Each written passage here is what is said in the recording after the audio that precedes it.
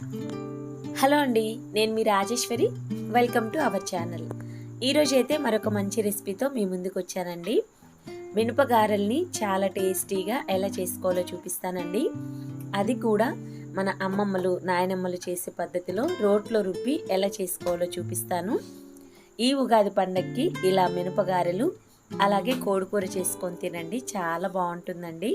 కోడికూర link కూడా డిస్క్రిప్షన్లో ఇస్తాను, మీకు ఇంట్రెస్ట్ ఉంటే ఒకసారి వాచ్ చేయండి. సో మరి ఫ్రెండ్స్, లేట్ చేయకుండా ఈ మినపగారెలు తయారు చేసుకోవడానికి ఫస్ట్ అయితే ఒక గిన్నెలోకి 1/2 kg దాకా మినపప్పుని వేస్తున్నానండి. ఆ తర్వాత వాటర్ వేసుకొని 2 సార్లు శుభ్రంగా క్లీన్ చేసుకోండి. ఇప్పుడు ఈ నీళ్ళను వంపేసి మరలా దీంట్లోకి నీళ్ళు పోసి మూత పెట్టి కనీసం ఒక 3 గంటలైనా నాననివ్వాలండి. చూడండి, మినపప్పు అనేది 3 గంటల తర్వాత ఇలా చక్కగా నానుతుందండి. ఇలా నానిన మినపప్పుని మరలా 2-3 సార్లు శుభ్రంగా క్లీన్ చేసుకొని ఇప్పుడు ఈ పప్పుని మనం మిక్సీ జార్లో వేసుకొని బరకగా అయినా గ్రైండ్ చేసుకోవచ్చు, లేదంటే రుబ్బు రోలు ఉంటుంది కదండి, ఆ రుబ్బు రోట్లోకి కొద్దిగా వేసుకుంటూ బరకగా రుబ్బుకోవాలి. ఇక్కడైతే మా అత్తమ్మ రుబ్బుతుందండి. ఇలా రోట్లో పట్టినన్ని మినపప్పుని వేసుకొని కొద్దిగా నలిగిన తర్వాత ఇందులోకి కొద్దిగా ఉప్పును కూడా వేసుకోవాలండి. రుబ్బుకునేటప్పుడు మినపగారెల్లో ఉప్పు అనేది ఎక్కువ పట్టదు, కొద్దిగా అయితే సరిపోతుంది. ఇలా కొద్దిగా ఉప్పును కూడా వేసుకున్న తర్వాత బరకగా అయ్యేంత వరకు రుబ్బుకోండి.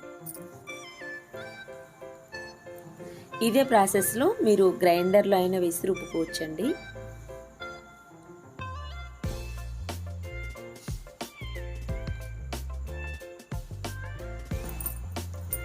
ఇప్పుడైతే మనకి అన్ని ఫెసిలిటీస్ వచ్చాయి, కానీ పాతకాలంలో మాత్రం పచ్చళ్ళు కానీ కారపుళ్ళు కానీ అన్ని రోట్లోనే దంచుకునే వాళ్ళండి. అందుకే అప్పుడు టేస్ట్ రుచులు అనేది అంత కమ్మగా ఉంటాయేమో అనిపిస్తుంది. మనం ఎంత గ్రైండర్లో వేసుకున్నా మిక్సీ జార్లో వేసుకున్నా రోట్లో రుబ్బుకున్న టేస్ట్ అనేది అస్సలు రాదండి, ఇది మాత్రం నిజం.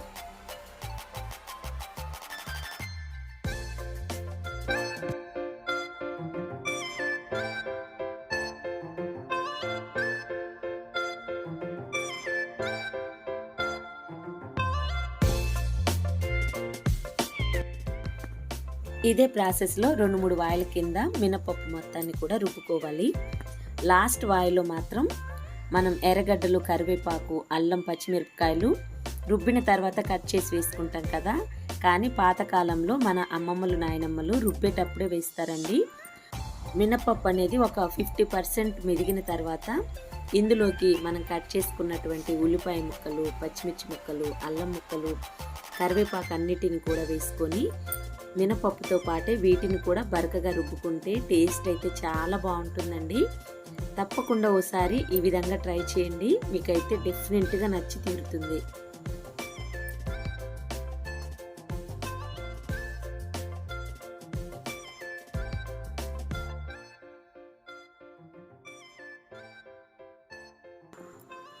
నేను కూడా స్టార్టింగ్లో వడలు చేసేటప్పుడు చాలాసార్లు అయితే పిండి మొత్తం రుబ్బుకున్న తర్వాత ఉల్లిపాయలని అన్నిటిని కూడా సన్నగా కట్ చేసి పిండిలో వేసి చేసేదాన్నండి.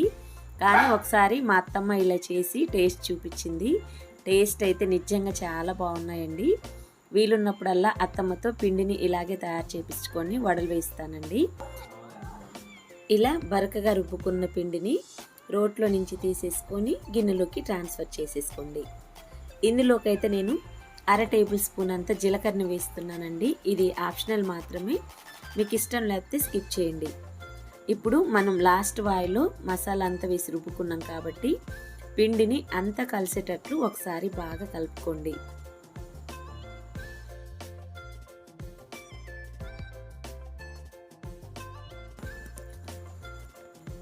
ఇలా పిండి మొత్తం కూడా బాగా కలుపుకున్న తర్వాత ఇప్పుడు మీకు వడలు అనేది ఏ సైజులో కావాలనుకుంటారో దానికి సరిపడ పిండి ముద్దను తీసుకొని రౌండ్గా చేసుకున్న తర్వాత ఈ వీడియో క్లిప్లో చూపిస్తున్న విధంగా మధ్యలో హోల్ పెట్టేసుకొని బాగా కాగుతున్న ఆయిల్లో వేసేసుకోండి.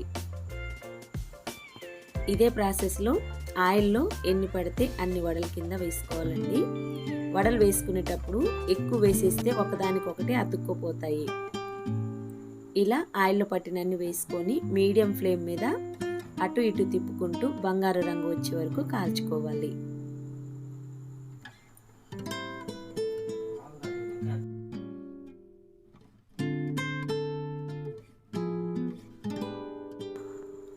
ఇలా 4-5 నిమిషాలు వేపుకున్నట్లయితే మనకి వడలు అనేది ఇలా లైట్ గోల్డెన్ బ్రౌన్ కలర్లోకి వస్తాయండి. ఇలా వచ్చిన తర్వాత వీటిని తీసేసుకొని వేరొక గిన్నెలోకి ట్రాన్స్ఫర్ చేసుకోండి. ఇప్పుడు చేతితో చేసుకోవడం రాని వాళ్ళు ఉంటే ఈ చిట్కాని ఫాలో అయిపోండి. వడలు చాలా ఈజీగా చేసేసుకోవచ్చు. మన ఇంట్లో టీ స్టెయినర్లు ఉంటాయి కదండి, ఆ టీ స్టెయినర్ని తీసుకొని ఫస్ట్ అయితే కొద్దిగా వాటర్ని అప్లై చేసుకొని టీ స్టెయినర్కి మనకి పిండి ముద్ద తీసేసుకొని పైన పెట్టి ఇలా హోల్ పెట్టేసి రివర్స్కి బోర్లు ఇచ్చినట్లయితే మనకి వడ మాదిరిగా ఈజీగా పడిపోతుందండి. ఇలా 1 by 1 మొత్తం వేసుకున్న తర్వాత ముందు చూపించిన విధంగానే అటు ఇటు తిప్పుకుంటూ మీడియం ఫ్లేమ్ మీద లైట్ గోల్డెన్ బ్రౌన్ కలర్ వచ్చే వరకు కాల్చుకోండి. ఈ వడలు కూడా ఇలా ఎర్రగా కాలిన తర్వాత వీటిని కూడా తీసేసుకొని వేరొక బౌల్లోకి ట్రాన్స్ఫర్ చేసేసుకోండి. అంతే అండి, ఇదే ప్రాసెస్లో పిండి మొత్తాన్ని కూడా వడల కింద చేసేసుకోవాలి. ఈ మినపగారెలు అనేది చల్లారిన తర్వాత కంటే వేడి వేడి మీద తింటే చాలా బాగుంటాయండి. ఇలా చేసుకున్న వడల్లోకి కారపొడితో కానీ లేదా చట్నీతో కానీ చికెన్ కర్రీతో కానీ చాలా టేస్టీగా ఉంటాయండి. నేనైతే వడల్లోకి చికెన్ పులుసుని చేశానండి. టేస్ట్ అయితే చాలా చాలా బాగుందండి. సో మరి ఫ్రెండ్స్, చూశారు కదా ఎంతో టేస్టీగా ఈజీగా పాతకాలం పద్ధతిలో మినప వడల్ని ఎలా తయారు చేసుకోవాలో. మేమైతే వేడి వేడి వడల్లోకి చికెన్ పులుసు వేసుకొని అందరం కూడా సర్వ్ చేసుకున్నామండి. టేస్ట్ అయితే చాలా చాలా బాగుంది. నాకైతే చాలా బాగా నచ్చిందండి. ఓసారి కూడా మీరు కూడా నేను చేసిన పద్ధతిలో ట్రై చేయండి, మీకు కూడా తప్పకుండా నచ్చి తీరుతుంది. చికెన్ వీడియో లింక్ కావాలంటే కింద డిస్క్రిప్షన్లో ఇస్తాను, ఒకసారి చూడండి. ఈ వీడియో నచ్చితే ఓ లైక్ చేసి ఈ వీడియోని మీ ఫ్రెండ్స్ రిలేటివ్స్కి